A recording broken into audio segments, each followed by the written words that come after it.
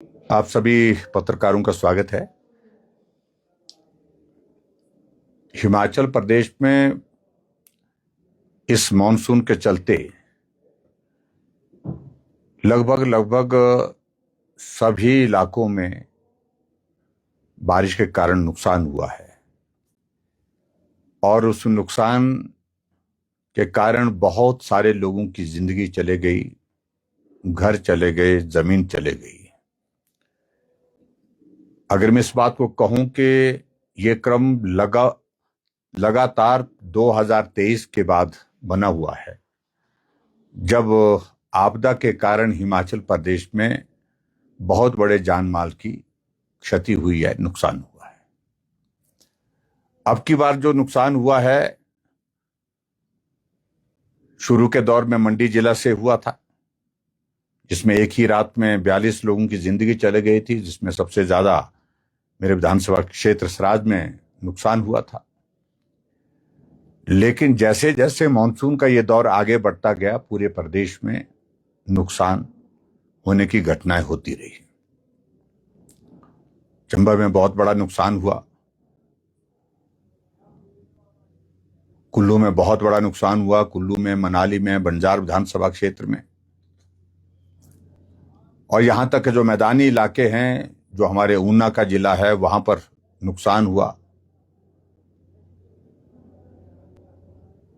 और ऐसे में लाहौल स्पीति एक ऐसा हमारे पास एक जिला रहता था जहां कम बारिश आमतौर पर होती थी और कम नुकसान भी होता था।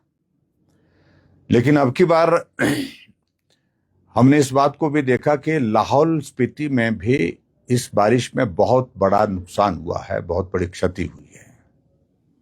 भले ही किसी की जिंदगी यहां पर लाहौल में नहीं गई, लेकिन नुकसान बहुत ज्यादा हुआ है। उस नुकसान का जायजा लेने के लिए मैं यहां लाहौल के इस इलाके में आया हूं, और लाहौल के इलाके के साथ साथ में नुकसान जहां भी हुआ हिमाचल प्रदेश में अधिकांश जगह में पहुंचा हूं। अभी कुछ जगह जाना बाकी है। और पिछले कल हम सुबह से शाम तक, अगर मैं जगहों का नाम लूं, कोकसर में गए, सिसु में गए, तेलिंग में गए, तेलिंग में गए, गोंदला गए, यंगला गए, चंद्रभागा जो संगम है हमारा तांदी के पास, वहां गए, जोबरंग गए, लिंदूर के गांव में पहुंचे, गोरमा पहुंचे, हालिंग गए, जालमा गए, जसरत गए, उदयपुर गए और करपट गए।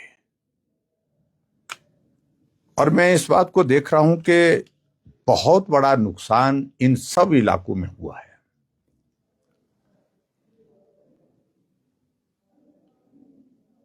और खास तौर से पहली बात को लेकर के जो हमारे लिए बड़ा चिंता का विषय है कि लाहौल के लोगों के लिए आय का जरिया जो कैश क्रॉप्स होती है हमारी, वो एक बहुत बड़ा आय का जरिया होता है, चाहे वो गोभी है, चाहे मटर है, चाहे आलू है। लेकिन रास्ता बंद होने के कारण, सड़क अवरुद्ध होने के कारण, गोभी का जो सीजन, भरपूर सीजन था और अच्छी मात्रा में गोभी का इस बार उत्पादन हुआ था, लेकिन वो मार्केट तक पहुंच ही नहीं पाया और खेतों में ही अभी तक जो है वो सड़ रहा है। अब तो उसको बचाने की भी कोई गुंजाइश नहीं रही। यानी कि बहुत बड़ा नुकसान किसानों का इस बारिश के कारण हुआ है, क्योंकि जो नकदी फसल, गोभी की विशेष तौर से, गोभी है, ब्रोकली है, उसके साथ साथ में मटर की है, मटर का भी सीजन जो है पीछे जो रहा, तो उसको मार्केट तक पहुंचाने में कठिनाई रही और कठिनाई के चलते जो है वो सारी की सारी फसल तबाह हो गई। इसके अलावा जो हमने और चीजें जो देखी हैं, एक तो फसल के कारण जो है आर्थिकी पर, यहाँ इस इलाके के लोगों के जो आर्थिकी पर बहुत बड़ा नुकसान, मतलब बहुत बड़ा जो है वो इसका बोझ पड़ेगा, बहुत बड़ा जो है इसका असर होगा। कल जहां हम गांव में गए, चंद्रभागा के पास भी हम रुके थे, जो तांदी गांव है, लगातार दोनों तरफ से कटाव मतलब नदी के कारण कटान होने की वजह से वहां लोगों के कई बीघा जमीन जो है वो चले गई है। और अब तो स्थिति ये आ गई कि गांव भी असुरक्षित हो गए। और इसी तरह से हमने जो जसरत है मैंने जहां पुल के पास नीचे गए थे, उस गांव में तो बहुत सारा सैकड़ों बीघा जमीन जो है वो उस जमीन ही नहीं रह गई, वो सारी बह करके चले गई। अब उसके बाद नौबत गांव तक की आ गई है, यानी कि गांव का जो जहां गांव में घर हैं वो घर भी संकट में आ गए हैं। आने वाले समय में उन गांव को हम सुरक्षित माने ऐसी गुंजाइश नहीं रहेगी। उसके बाद हम लिंडूर के गांव में भी गए। काफी ऊंचाई पर होने के बावजूद भी उस गांव में भी ऊपर से भूस्खलन हो रहा है, दोनों तरफ से हो रहा है। बीच में गांव है, दोनों तरफ से कटाव होने की वजह से बहुत बड़े नुकसान वहां पर हुआ है और गांव असुरक्षित हुआ है। घरों में दरारों के साथ साथ में आंगन बैठ गए हैं, धंस रहे हैं। और ऐसे में लिंडूर के गांव को भी आने वाले समय में सुरक्षित स्थान पर ले जाने के लिए व्यवस्था होगी, ऐसा लगता है कि ऐसे हालात पैदा हो रहे हैं। उसके बाद हम पीछे उदयपुर से होकर के करपट के गांव गए और करपट के गांव में तो हमने इस तरह से तबाही देखी है कि वो गांव के सारे लोग घर छोड़ करके, बहुत सारे घर तो बैग करके चले गए, जमीन थी वो भी बैग करके चले गए। इतनी बड़ी बड़ी चट्टानें वहां पर आई हैं जिसके चलते जो है वो एक दहशत का, एक डर का एक माहौल वहां पर हो गया है। और उसके चलते ये स्थिति बन गई है कि वहां के लोग जो है वो टेंटों में रह रहे हैं, दूसरी जगह सुरक्षित स्थान में जा करके घर छोड़ करके रह रहे हैं। और आने वाले समय में मैं वहां पर देख रहा हूं जो हालात बने, उस गांव में किसी तरह से भी रहना सुरक्षित नहीं होगा। और आप ये मान करके चलिए, कल गांव के लोगों ने भी रिप्रेजेंटेशन दी है कि अल्टीमेटली उस गांव को सुरक्षित स्थान के लिए हमको शिफ्ट करना पड़ेगा। ये स्थिति वहां पर करपट के गांव की है। और इसी तरह से करपट से जो पीछे गांव है, क्या नाम उस गांव का, जो शकुली, जहां नुकसान करपट की तरह नुकसान हुआ है, चंगुट की बात बोल रहा था नाम, उस गांव का भी नुकसान बहुत ज्यादा हुआ। उसमें भी वहां के लोगों को भी कुछ जगह सुरक्षित स्थानों पर ले जाने की स्थिति, मतलब नौबत आ जाएगी, ऐसा लग रहा है कुल मिलाकर के जो नुकसान वहां पर हुआ।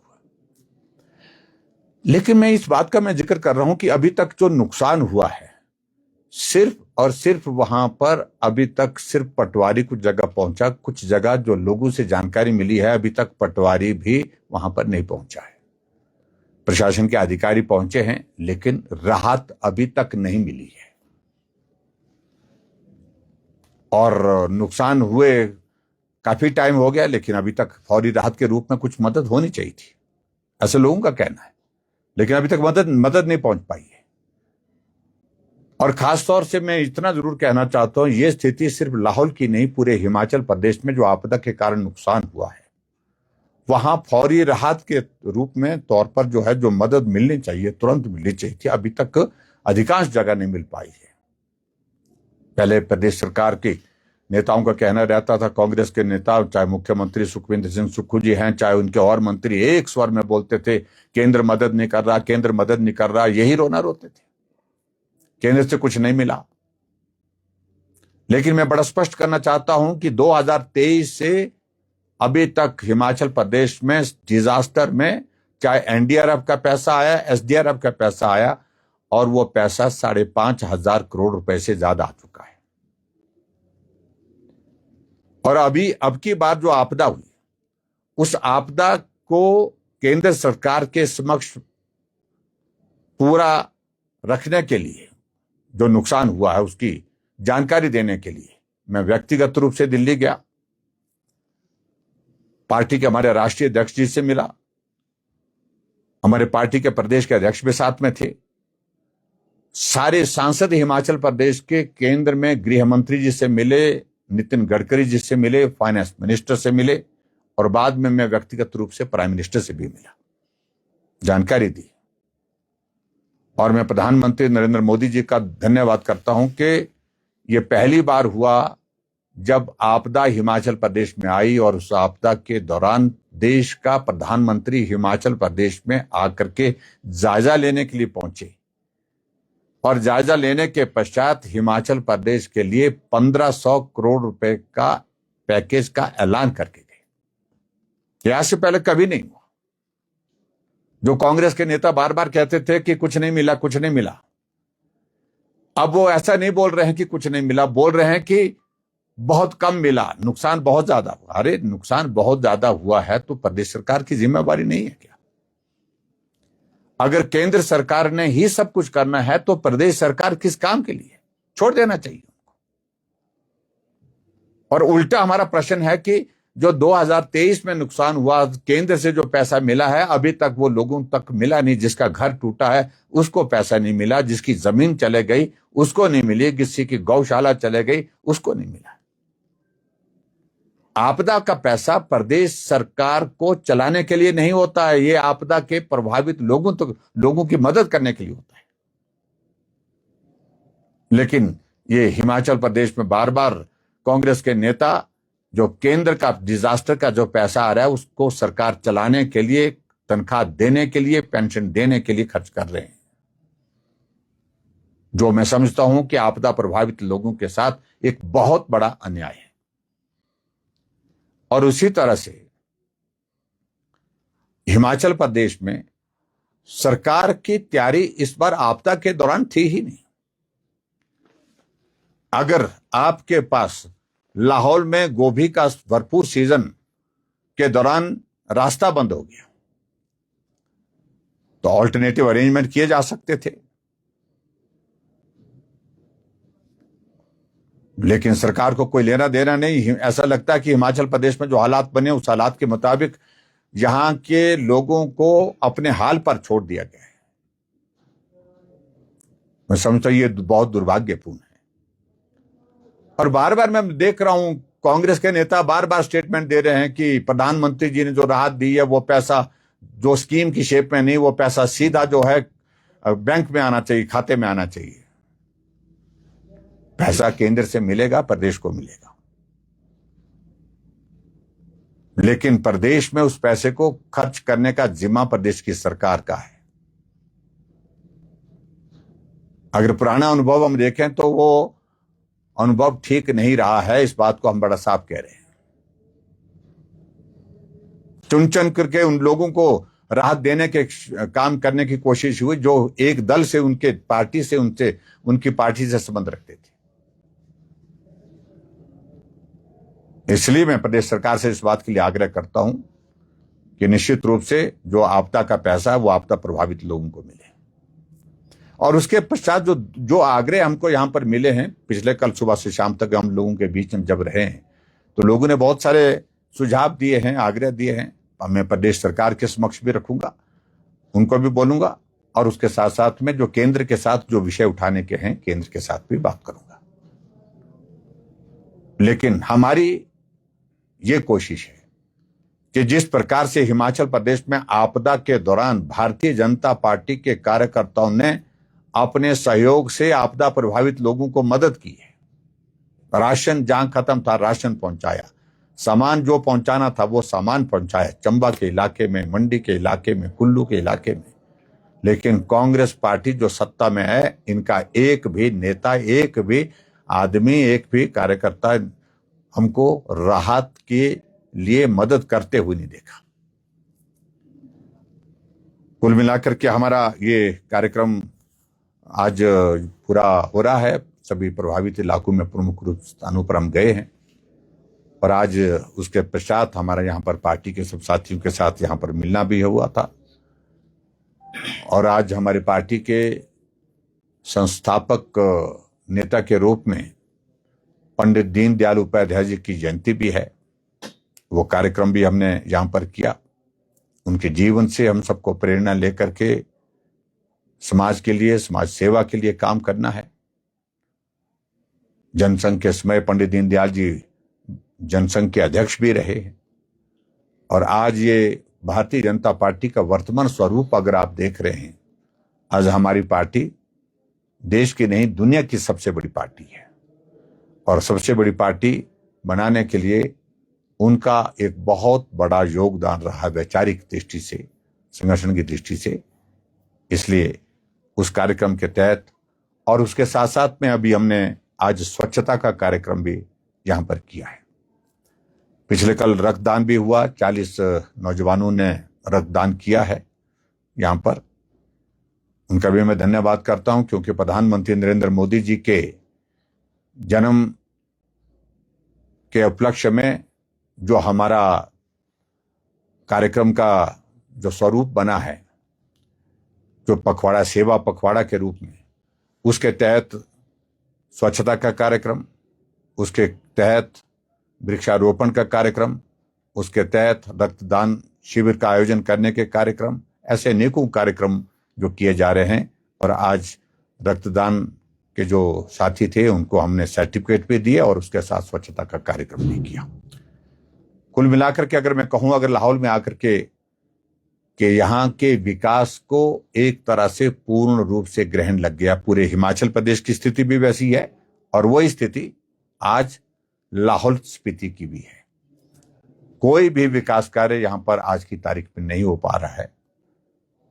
भले ही सरकार कांग्रेस पार्टी की हिमाचल प्रदेश में है, विधायक कांग्रेस पार्टी की है, लेकिन मैं देख रहा हूं कि सब विवश होकर के लोग आज के हालात में, जो यहां पर लाहौल स्पीति में जो स्थिति बनी है, जो नुकसान हुआ है, उस भरपाई के इंतजार के लिए राहत का इंतजार कर रहे हैं, लेकिन राहत अभी तक नहीं मिल पाई है।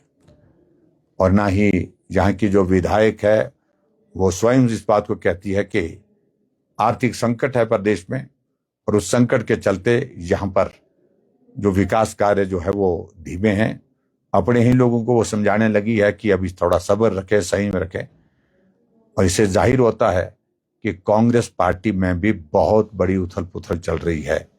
नाराजगी का माहौल, निराशा का माहौल पूरे प्रदेश भर में जो है, वही माहौल यहाँ लाहौल स्पीति में भी है। Thank you.